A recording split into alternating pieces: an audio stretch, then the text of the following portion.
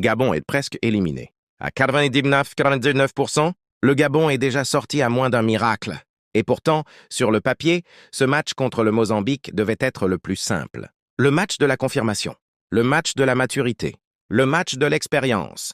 Mais le Gabon est presque mort ce soir. Mené 2-0 avant même la 30e minute. 2-0.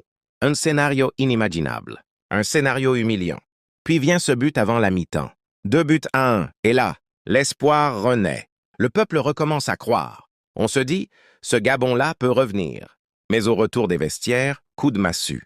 3-1 pour le Mozambique. Et pourtant, 10 minutes plus tard, 3-2. Encore une fois, l'espoir. Encore une fois, le cœur qui bat.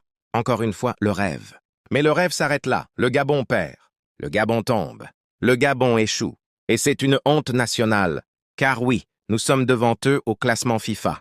Oui, nous sommes devant eux au classement CAF.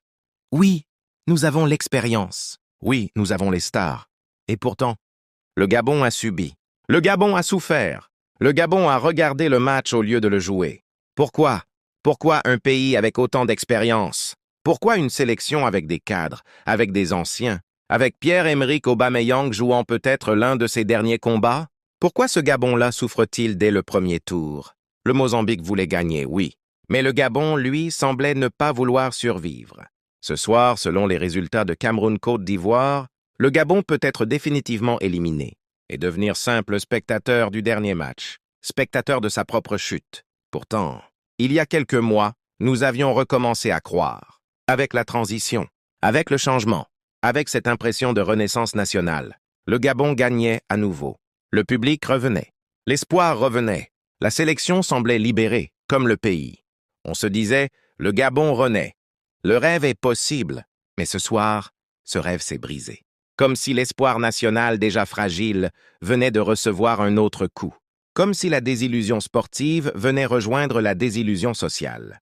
Comme si le peuple, une fois de plus, devait ravaler ses rêves. Aujourd'hui, le Gabon ne croit plus. Le pays ne croit plus. La sélection ne fait plus rêver. Être éliminé dès le premier tour, c'est une douleur. C'est une tristesse. C'est un cri. Le Gabon pleure ce soir. Et le football gabonais est en deuil. Le Gabon pleure ce soir. Et le football gabonais est en deuil. Mais une question demeure. Allons-nous rester silencieux? Allons-nous accepter de ne plus rêver?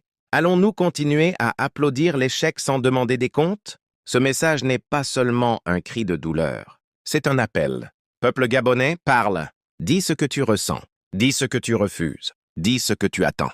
Commente si toi aussi cette défaite t'a brisé le cœur.